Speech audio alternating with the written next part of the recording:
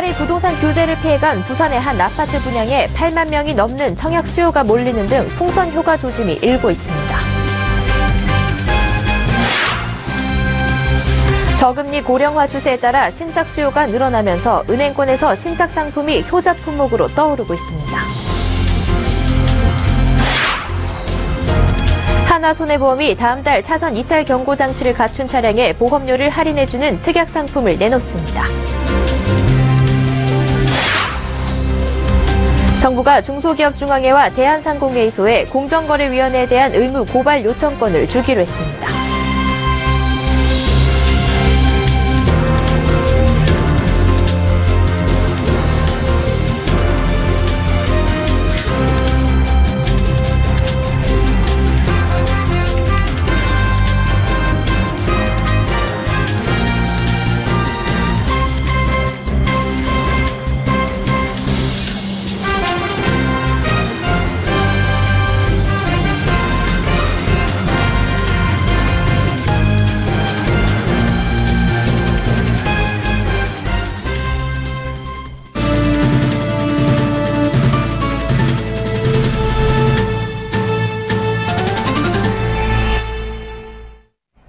시청자 여러분 안녕하십니까? 센 경제 현장 양한나입니다. 지난 2일 부동산 대책이 발표된 후 처음으로 청약자를 모집한 아파트 단지에 8만 명이 넘는 인파가 몰렸습니다. 부산과 대전, 밀양 등 3곳이었는데 모두 조정 대상 지역 등 규제를 피한 단지들입니다. 업계선 위례와 분당, 판교 등 규제의 칼날을 피한 수도권에도 풍선 효과가 본격화될지 관심이 커지고 있습니다. 보도에 정창신 기자입니다. 부산 서구 서대신동에서 분양한 대신 2차 푸르지오 아파트 단지. 어제 1순위 청약에서 313가구 모집에 8만 752명이 접수해 평균 청약 경쟁률 258대 1을 기록했습니다. 올 들어 부산 최고 경쟁률. 같은 날 대전 유성구에서 분양한 반석 더샵 아파트는 평균 청약률 57.7대 1. 경남 밀양에서 분양한 밀양강 푸르지오 아파트 역시 평균 11.7대 1을 기록했습니다. 이날 청약한 단지 3곳 모두 높은 경쟁률로 1순위에서 마감된 겁니다. 전매 제한 같은 것이 없는 지역이라면 훨씬 더 메리트가 있는 것이죠.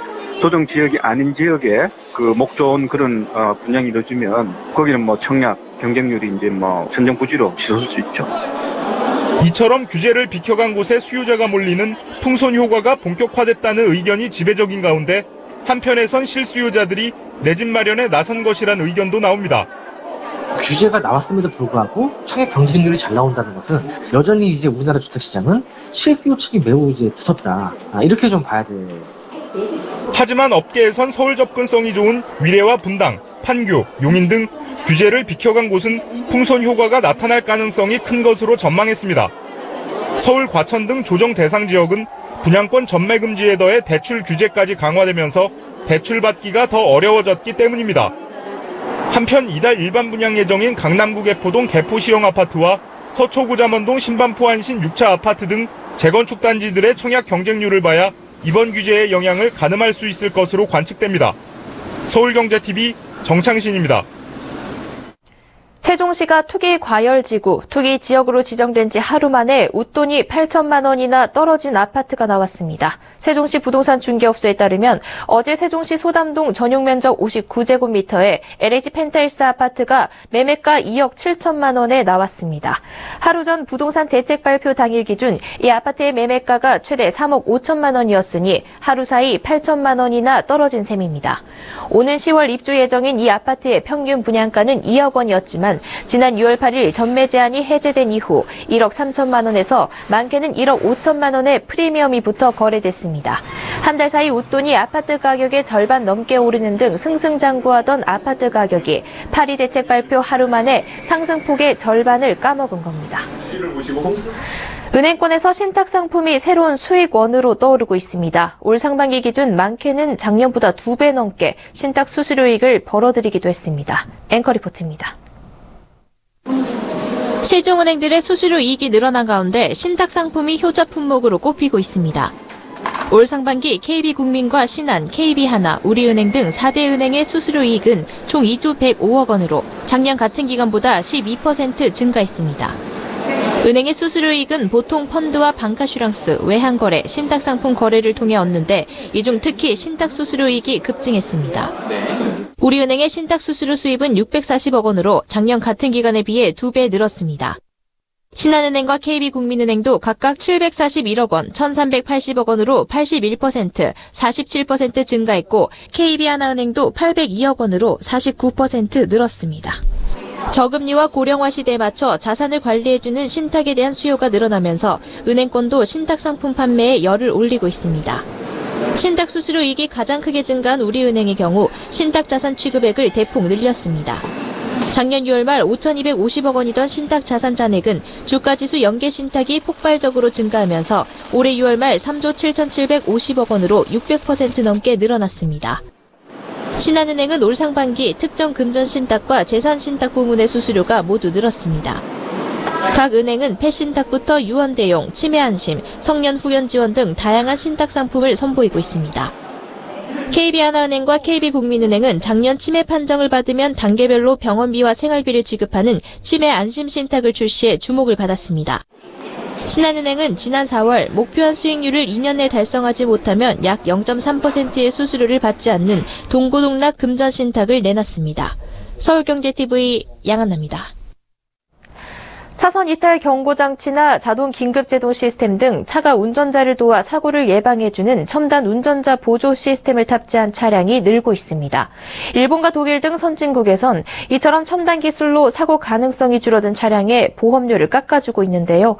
국내에도 첨단 운전자 보조 장치가 탑재된 차량에 보험료를 할인해주는 상품이 나왔습니다. 정훈규 기자입니다.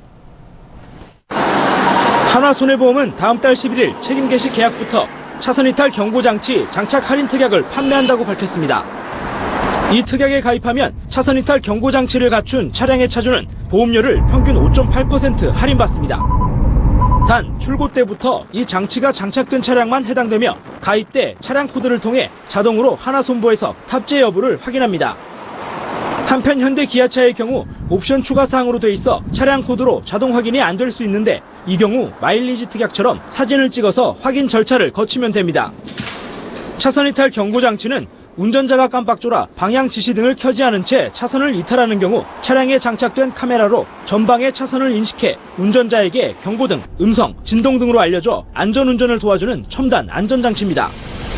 교통안전공단이 한 고속버스 회사를 상대로 조사했더니 차선 이탈 경고장치를 탑재한 후 약 60%의 사고율이 감소한 것으로 나타난 바 있습니다. 사고 가능성이 줄었음에도 그간 손보업계는 관련 통계의 부족과 제조사별 성능 차이 등 변수를 이유로 첨단 차량에 대한 보험료 할인을 꺼려왔습니다. 차선 이탈 경고장치를 포함해 운전자 보조 시스템을 보험료에 반영하는 것은 한화손보가 국내에서 처음 시도하는 겁니다. 한화손보 관계자는 최근 첨단 운전 보조 시스템을 장착한 차량이 보편화되고 있는 트렌드에 맞춰 개발한 상품이라며 자체 분석 결과 이탈 경고 장치 탑재 차량이 일반 차량보다 사고율과 손해율이 월등히 낮았다고 밝혔습니다. 한화손보는 업계 최초로 시도하는 특약인 만큼 추이를 지켜보고 자동 긴급 제동 시스템 등 다른 운전자 보조 시스템까지 확대 여부를 고려할 계획입니다. 서울경제TV 정은규입니다.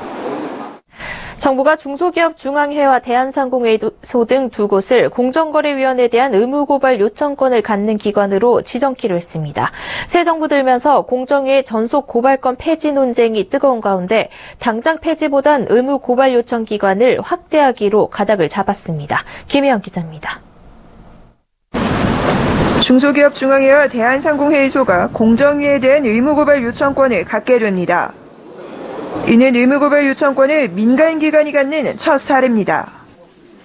현재 공정위에 의무고발 요청을 할 수 있는 기관은 감사원, 조달청, 중소벤처기업부 등 3곳입니다. 의무고발 요청기관이 고발을 요구하면 공정위는 무조건 검찰에 고발해야 합니다. 즉 공기관에서 민간단체로 의무고발 요청기관이 확대된 만큼 중소기업의 입장을 대변할 핵심 창구가 열린 셈입니다. 의무고발 요청권은 공정거래법 관련 사건의 경우 공정위의 고발 없이는 검찰에 공소를 제기할 수 없는 전속고발권의 보완책으로 2014년 마련됐습니다. 그러나 의무고발 제도 역시 제 역할을 하지 못한다는 지적이 일었습니다. 지난 3년 동안 기관의 고발 요청 건수는 고작 12건에 불과해 실효성 문제가 또다시 도마에 올랐습니다. 상황이 이렇게 되자 공정위가 중소기업중앙회와 대한상공회의소로 의무고발 요청기관을 확대한 겁니다. 이번에 정부가 의무고발 요청권을 민간기관에 준 것은 전속고발권 폐지 여론을 무마하기 위한 것으로 볼 수 있습니다. 여론대로 전속고발권을 폐지하면 변호사 선임 여력이 없는 중소기업의 부담이 가중되는 것은 물론이고 경쟁사업자까지 나서서 묻지마시게 고발을 남발하면 기업의 경영활동이 위축될 수 있습니다. 의무고발 요청권을 민간기관으로 확대한 것이 전속고발권 폐지 여론을 잠재울 수 있을지 주목됩니다. 서울경제TV 김혜영입니다. 휴대폰 단말기를 구입하는 것과 통신 서비스에 가입하는 것을 분리하는 단말기 완전자급제에 대한 논의가 급물살을 타고 있습니다. 단말기 완전자급제가 시행되면 통신비가 얼마나 줄어들지 이보경 기자가 전합니다. 단말기 완전자급제는 휴대폰 단말기 판매와 통신 서비스 판매를 분리하는 제도입니다. 기존에는 이 통사에서 휴대폰 단말기와 요금제를 함께 선택해 가입했지만 이 둘을 쪼갠다는 겁니다. 이렇게 되면 통신비가 얼마나 싸질까?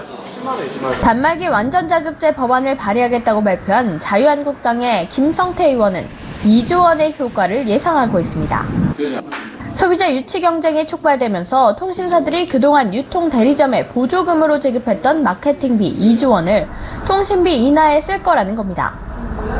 한 통신사는 국회에 제출한 보고서에서 단말기 자급제를 시행할 경우 1인당 월 6,000원에서 12,000원의 통신비 인하 효과가 있다고 설명하고 있습니다.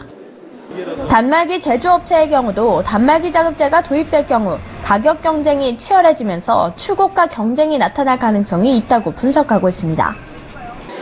이 단말기에 이 요금제 쓰시면 한 달에 5만 원만 내면 된다. 그런 식의 판매로 이루어지다 보니까 비합리적인 소비를 많이 했는데 따로 구매하게 될 경우에 보다 합리적인 소비를 하고 선택권을 소비자한테 더 넓게 크게 줄 필요가 있다.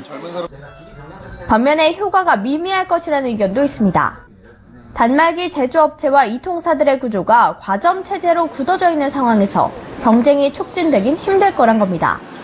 서울경제TV 이보경입니다. 내년 건강보험료 결정이 임박하면서 인상 여부에 관심이 쏠리고 있습니다. 복지부는 이달 안에 건강보험 최고의결기구인 건강보험정책심의위원회를 열어 2018년 건강보험료율을 정할 계획입니다. 복지부와 건보공단, 의료계 주변에서는 문재인 정부의 건강보험 정책 기조가 적정 부담, 적정 급여에 맞춰져 있는 만큼 내년 건강보험료가 일정 수준 오를 것으로 보고 있습니다.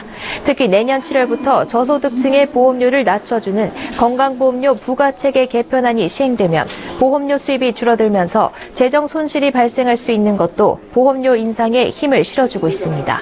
다만 인상폭을 두고서는 국민의 지나치게 경제적 부담을 주지는 않도록 1에서 3% 범위에서 정해질 것이란 관측이 지배적입니다. 복지부 보험정책과 관계자는 국민 부담을 가중하지 않는 범위에서 보험료를 정한다는 게 원칙이라고 말했습니다. 정부가 정책 금융상품인 디딤돌 대출의 재원을 최대 2조 원가량 추가하고 대신 서민의 내 집 마련 지원이라는 기본 취지에서 벗어난 대출은 차단할 계획입니다. 국토교통부와 기획재정부는 최근 디딤돌 대출의 재원을 확보하기 위해 은행 재원 디딤돌 대출에 2차 보전을 해주는 내용의 주택도시기금 기금 운용계획 변경안에 합의했습니다. 2차 보전은 정부가 직접 가계와 기업에 융자할 때 적용하는 금리와 금융기관이 민간에 대출할 때 금리 차를 정부가 보전해주는 것을 말합니다. 주택도시기금과 주택금융공사의 주택저당증권을 합해 연 8조 원 규모인 디딤돌 대출에 시중은행 재원을 2조 원 더 끌고 와 10조 원 규모로 만든다는 겁니다. 대신 국토부는 디딤돌 대출 이후 실거주하지 않을 경우 시세 차익을 노린 갭투자 등 투기 목적으로 보고 이를 회수할 방침입니다. 한반도 사드 배치 여파로 중국의 경제 보복이 장기화하면서 농식품 수출 감소세도 심화하고 있습니다. 한국농수산식품유통공사에 따르면 지난달 중국으로의 농림수산식품 수출액은 1억 1,100만 달러로 지난해 같은 달보다 11.2% 감소했습니다. 이로써 지난 4월 시작된 대중국 농림수산식품 수출 감소세가 3개월째 이어졌습니다.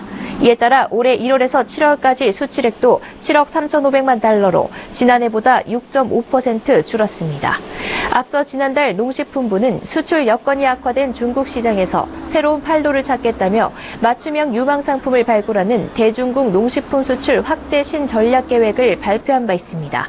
그러나 북한의 대륙간 탄도미사일 도발에 대응해 정부가 사드 발사대를 추가 임시 배치하기로 하면서 이 계획에도 차질이 빚어지는 것은 물론 추가 수출 피해가 불가피할 전망입니다. 국방부는 군인권센터가 제기한 박찬주 제2작전사령관 부부의 공관병에 대한 갑질 의혹이 상당 부분 사실인 것으로 판단하고 박 사령관을 형사입건해 수사하기로 했습니다. 전두환 회고록이 5.18 민주화운동을 왜곡한 내용을 삭제하지 않으면 출판과 배포를 금지하라는 법원 결정이 나왔습니다. 광주지방법원 민사 21부는 당시 북한군이 개입했고 전 전 대통령은 관여한 바 없다는 등의 내용이 역사를 왜곡하고 유가족의 인격권을 침해했다고 결정 이유를 밝혔습니다. 현대그룹은 오늘 오전 경기도 하남 선영에서 고 정몽원 전 회장의 14주기 기일을 맞아 추모식을 했다고 밝혔습니다. 앞서 현대그룹은 북한 아태평화위원회에 정 전 회장의 14주기 추모식을 금강산에서 개최하도록 협조해달라고 요청했으나 거부당했습니다. 한국자산관리공사는 오는 7일부터 9일까지 4일간 온라인 공매 시스템인 옴비드에서 서울 광장동 3단지 아파트 등 1,800억 원 규모의 압류재산 약 1,300건에 대한 공매를 진행합니다.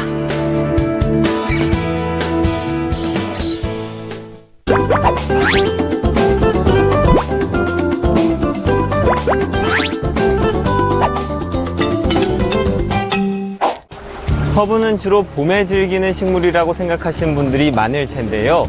허브가 봄에 잘 자라긴 하지만 여름철 더위와 해충을 피하는 데에도 허브의 도움을 받을 수 있습니다. 그래서 오늘 센즈라이프에서는 여름을 보다 쾌적하고 시원하게 보낼 수 있게 도와주는 허브에 대해 알아보겠습니다.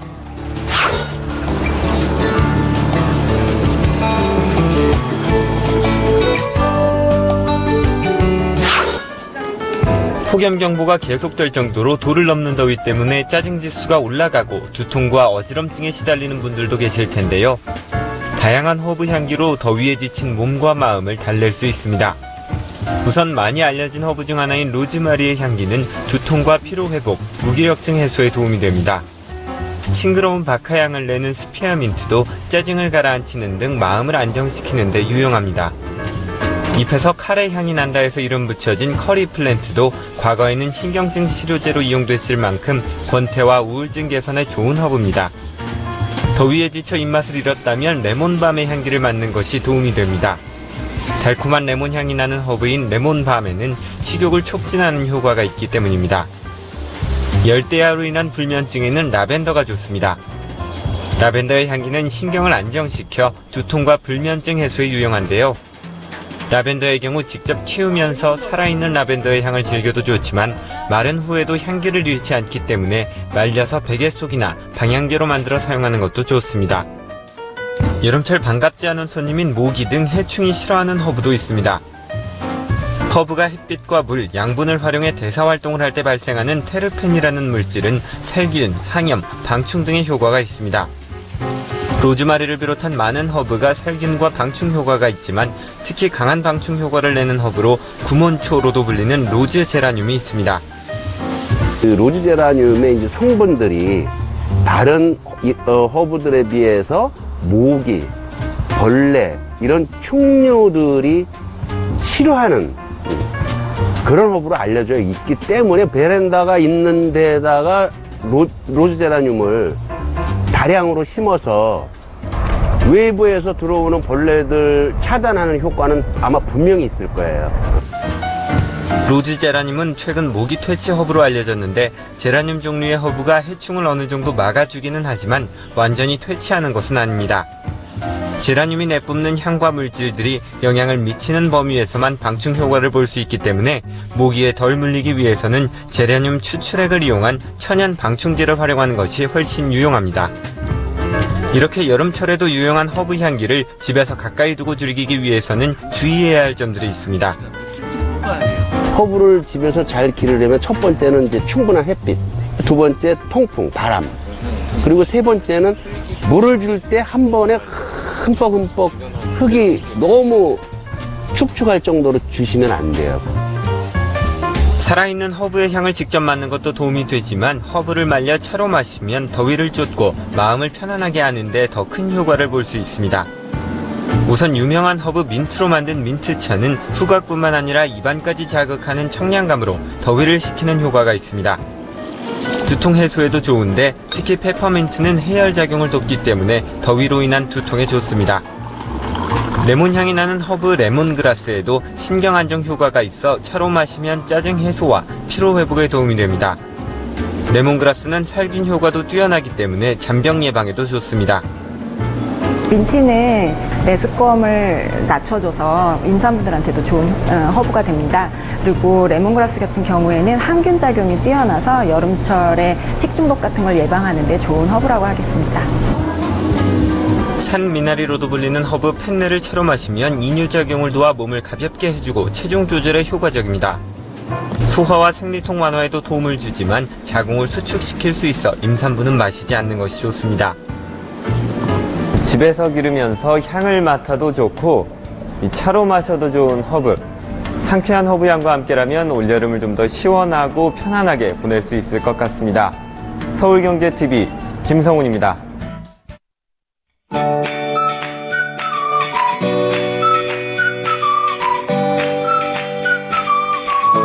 안녕하세요. K웨더 라이프스타일 예보 박유라입니다. 오늘 폭염이 더 확대 강화되는 등 무척 더운 날씨를 보였습니다. 밤사이에도 열기가 식지 못하면서 열대야가 나타나는 곳이 많겠는데요. 더위에 지치지 않도록 건강관리 잘 하셔야겠습니다. 내일도 강한 폭염이 이어집니다. 낮 동안 서울과 광주, 대구 모두 35도까지 오르겠고요. 청주는 무려 36도까지 치솟겠습니다. 온열 질환에 걸리지 않도록 각별히 유의하셔야겠습니다. 내일도 가끔 지나는 구름이 강한 햇볕을 막아주지 못하면서 자외선과 오존이 높게 나타나겠는데요. 오존의 경우 눈과 호흡기 건강을 해치기 때문에 낮 시간에는 되도록 야외 활동을 피하는 것이 좋습니다. 한편 높게 오른 기온에 대기가 불안정해지면서 충청 이남을 중심으로는 한때 소나기가 지날 때가 있겠습니다. 한편 이번 주말은 태풍 노루에 주의하셔야 되는데요. 현재 일본 오키나와 부근 해상에 위치했지만 차츰 북상해 일본 열도를 따라 빠져나갈 것으로 전망되고 있습니다. 따라서 태풍의 간접 영향으로 현재 제주 먼바다에는 풍랑주의보가 내려진 상태고요. 또 일요일에는 제주도를 시작으로 화요일까지 전국 대부분 지역에 비가 내릴 것으로 보입니다. 태풍의 경로가 유동적인 만큼 앞으로 발표되는 기상정보를 잘 참고하셔야겠습니다. 한편 그 사이 중북부와 충청 이남은 기압골의 영향으로 비가 오겠습니다. 다음은 자세한 지역별 날씨를 나절 예보로 알아보겠습니다. 중부지방 대체로 맑겠고 충청 지역은 한때 소나기가 지나겠습니다. 낮 기온 서울 35도, 수원 36도로 불볕더위가 예상됩니다. 동해안 지방 가끔 구름만 지나겠고요. 낮 최고 기온 강릉과 울진 29도로 후텁지근하겠습니다. 남부지방 간간히 지나는 구름 사이로 햇볕이 강하겠습니다. 한낮에 광주와 대구 35도로 폭염이 이어지겠습니다. 제주 먼바다에 풍랑특보가 내려진 가운데 남해상으로 최고 5m까지 매우 높게 일겠고요. 그 밖의 해상은 약간 높게 일겠습니다. 날씨였습니다. 센 경제 현장 여기까지입니다. 시청해주신 여러분 고맙습니다.